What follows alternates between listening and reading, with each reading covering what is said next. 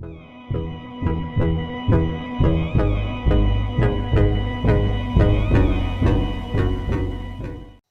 Grêmio acabou empatando em 0-0 com a equipe do Goiás, jogo válido pela 25ª rodada do Brasileirão. Vou fazer a minha análise da partida, falar os erros, acertos, falar qual para mim foi o melhor jogador da partida e o pior.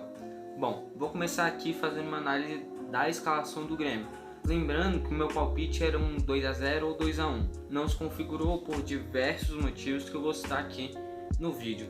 Vou começar pelo gol. O Vanderlei não fez a melhor partida da vida dele, mas fez uma defesa muito importante no início do jogo, que se o Grêmio tomou um gol naquele início, provavelmente o jogo seria outro e o Grêmio sairia com um resultado ainda pior. Não fez uma partida exuberante assim, mas quando foi exigido, estava lá, fez bem. Foi mal contra o Santos, hoje foi bem. As laterais, Orejuela e Cortez, nenhum comprometeu muito. É essa a frase barra palavra que eu tenho que usar. O Orejuela, na minha visão, foi bem quando foi pra frente, teve finalização, armou bem. Eu achei que faltou um pouquinho mais de passagem dele ainda. O Cortez, eu tenho alguns jogadores que parece que eu tô anestesiado. Independente do que ele fizer, eu não vou mais criticar, porque do tanto que eu já critiquei, entre eles, Cortez, Tassiano, Robinho, eu só finjo que ele não jogou, porque senão eu vou acabar me irritando. Então, o Cortez não fez nada demais, óbvio, muitos buracos na defesa, mas na minha visão ele foi até que bem, participou ofensivamente e foi razoavelmente bem. Não fez aquela pior partida também, mas também não fez nada demais. A defesa, Rodrigues e Kahneman, para mim os dois foram muito bem, foi para mim um dos melhores do Grêmio. O meio de campo, que foi Darlan, Matheus Henrique e Lucas Silva, para mim esse é o maior erro, independentemente se você tá com o time reserva, tá sem os dois camisas 10 na teoria, o Jean-Pierre e o Pinares que vem sendo usado nessa função.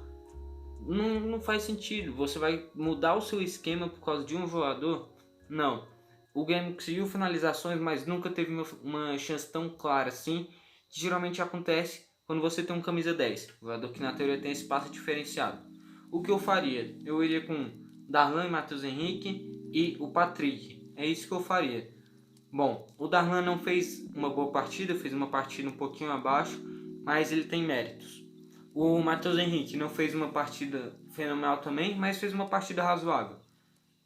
Teve uma finalização, na minha visão, nada demais também.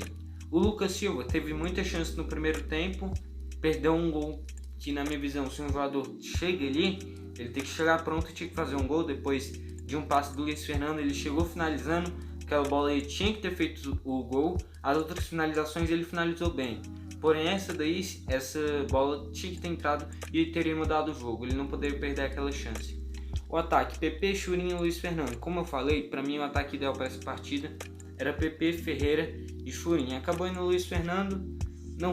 O Luiz Fernando não fez nada demais, mas fez boas jogadas, cavou escanteios, mostrou que é rápido e ajudou até que muito. Comparado com os outros jogadores, ele se dedicou bastante, pelo menos. O Churinho, uma partida mais ou menos, mas que ele sofreu um pênalti. Primeiro tempo, no último lance, foi pênalti nítido. O zagueiro do Goiás deu meio que uma joelhada na perna dele e a juíza fingiu que não viu. O VAR também fingiu que não viu. Diversos lances indo para a arbitragem. Eu já estou cansado de criticar a arbitragem também. Ninguém merece ter essa arbitragem no futebol brasileiro, futebol mundial. Em todo lugar não dá para se entender. Você tem o VAR para ajudar eles, mas se eles não têm capacidade para estar lá, não complica, né? Eu não gostei da arbitragem de novo. Eu achei que teve esse pênalti, teve muitas faltas que não deu. Ela não conseguiu controlar o jogo, até por isso o Goiás ficou batendo. Se ela tivesse administrado um pouquinho melhor isso, certamente um jogador pelo menos do Goiás teria sido expulso. E na minha visão foi mal administrado isso. Como eu falei, o Churinho não fez nada demais, mas soube fazer a parede, partida mediana. Já o PP fez para mim uma das piores partidas dele do Brasileirão.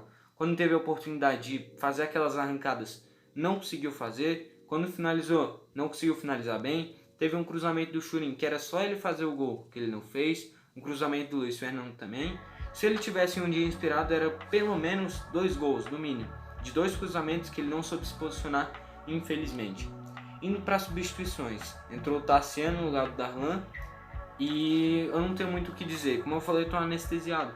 Mas não tem como você entender a entrada de Tassiano, Robinho, Cortez. Eu não consigo entender. Se você olhar para a base tem jogadores muito mais qualificados.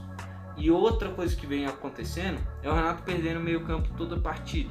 Não faz sentido. Você sabe que o Darlan e o Matheus Henrique vai ser quem vai fazer esse meio campo andar. Você vai deixar só o Lucas Silva para armar as jogadas e pensar que o Tassiano vai articular esse meio de campo.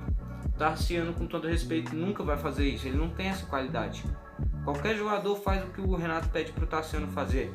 Se você tem um jogador que na teoria é esse 10, esse meio de ligação, ele tem que ser o diferenciado e não só mais um. Então é mais isso que eu tenho para dizer. Teve a entrada do Fabrício no lugar do Matheus Henrique. O Fabrício, na minha visão, entrou mais ou menos. Não fez nada demais, mas teve um lance nítido que expressa o que eu venho falando há tempos e tempos e tempos. Ele é um jogador que não sabe se posicionar, por mais que seja rápido. Tem algumas boas finalizações. Ele tem lampejos durante a partida. Mas de um lance que ele arranca pela direita, ele ocupa o espaço dos jogadores. Ele foi batendo no Orejuela, os dois se batendo, sendo que aquela posição é do Orejuela. Se ele conseguiu a bola, enfia na linha de fundo. E não ele vai atravessando todo mundo, que assim você queima um jogador, além de deixar nítido o que vai acontecer. Isso ele tem que melhorar demais, porque está muito frágil nessa questão. Entrou o Ferreira no lugar do Luiz Fernando, mais ou menos, mas tem aquela jogada individual. Quando ele entrou, fez finalização. Não fez uma partida exuberante, não fez uma partida muito boa, mas cumpriu a função dele. Driblou, perdeu muitas bolas atrás, mas isso a culpa não é dele, isso a culpa é do esquema. Se ele não sabe administrar esse meio campo, articular, quem tem que estar aí, quem tem que estar ali, não é ele. Por isso que eu reclamo dessa saída do meio campo. Quem é que articular esse meio de campo? Se você tira o Matheus Henrique da Darlan, você perde o meio de campo totalmente. Além de que não tinha o Maicon, não tinha o Jean-Pierre. Você acha que o Lucas Silva e o Tassiano iam armar esse meio de campo? Não, você tem que chamar o Orejuela, que não tem essa qualidade, chamar o Ferreira, que perdeu muitas bolas nessa faixa de campo. Você tem que deixar pelo menos um jogador que sabe administrar o meio de campo. E pra mim, um jogador que pra mim é a melhor novidade, a volta do Patrick. Ele veio junto com o Fabrício da base. Isso é bom porque tá começando a usar a base e tem que subir ainda mais, na minha visão. Tem jogadores que na minha visão estão merecendo até mais. O Elias está deslanchando, jogando muito bem. O Tyron ainda não é titular, mas para mim ele é o melhor desse sub-23, é o que eu vejo mais futuro. Porque ele é um jogador que eu sempre falo de posicionamento e tomada de decisão. Ele é um jogador quase perfeito nisso, pelo menos é isso que eu vejo. É um jogador muito qualificado. Eu acho que daqui, se ele garantir aquela vaga lá de titular, daqui a um tempinho você já vai ver ele na equipe principal. Além de ter Fernando Henrique, Jonathan Varela. Na esquerda mesmo, que eu reclamo do Cortez, você tem o Guilherme Guedes e o Matheus Nunes. Os dois jogam demais. Relacionado com o Patrick, é o que eu já venho reclamando um pouquinho dele. Ele dribla muito nessa faixa do meio de campo, perdeu algumas bolas na frente, teve alguns dribles que ele foi fazendo, ele se embaralhou no próprio drible, mas no geral eu gostei bastante da entrada dele. Ele tinha dado um passe brilhante, a árbitra para variar acabou entrando na frente e bateu nela. Ela acabou prejudicando nesse lance, mas porque não soube se posicionar. Mas o passe era muito bom, o PP certamente sairia na cara do gol, deu bons passes, mas é o que eu falo, ele prende demais essa bola, ele tem que soltar um pouquinho e ser mais prático. Mas eu gostei demais da entrada dele, ele mostrou que voltou mais atento, mais dinâmico. Eu acho que é isso que tem que fazer, vai subir na base mesclando. Bom, agora falando pra mim qual foi o melhor e o pior da partida. Pra mim, o melhor da partida, o Tadeu. Se ficou no 0 a 0 é muito por culpa dele, ele não foi exigido assim, mas ele foi o jogador que foi mais exigido durante a partida. Quando chegou ele soube o que fazer. Óbvio, pra mim é porque esse jogo é um jogo meio morno, um jogo meio frio, pra falar a verdade. Nada aconteceu e por isso que eu vou eleger o goleiro, nada demais. E o pior jogador, se tivesse como colocar todos seria bom, ou nenhum. Eu ficaria nisso, porque pra mim nenhum destoou assim dos outros.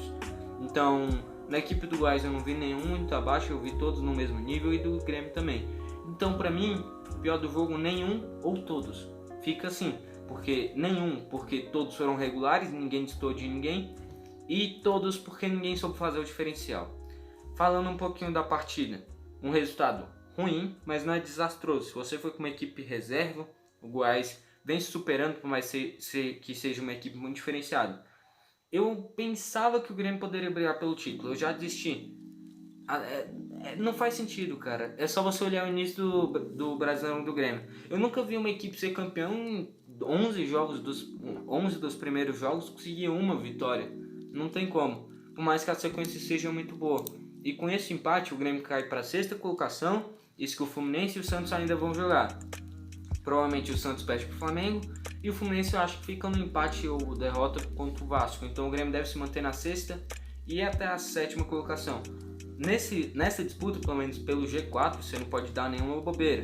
Você perdeu ou empatou algum jogo, o time que está atrás de você vai vencer. E se ele vencer, você desce. É isso que aconteceu, o Grêmio caiu de quarto para sexto, podendo chegar até em oitavo. E essa disputa vai ficar pelo visto até o final. Quem manter uma boa sequência vai ficar em cima. Então o Grêmio não pode bobear. Não é o jogo mais importante, um jogo que não teve nada praticamente, mas é um jogo que o Grêmio tinha que ter ganhado. Com todo respeito ao Goiás, o Goiás está muito abaixo. Conseguiu esse empate, foi para a 19ª colocação. Eu até vi o gol do Inter contra o Botafogo, o gol da vitória. Isso mostra porque o Botafogo está aí. É um time que nos últimos 5 jogos, 5 derrotas, um time que entrega os resultados. Até por isso está aí. Não é muito mérito do Goiás, por mais que venha evoluindo, e sim demérito do Botafogo e dos outros clubes. Se você gostou do vídeo, não esquece de se inscrever e ativar o sininho. Compartilhe o vídeo para quem você acha que vai gostar desse tipo de conteúdo também. Foi esse o vídeo e falou!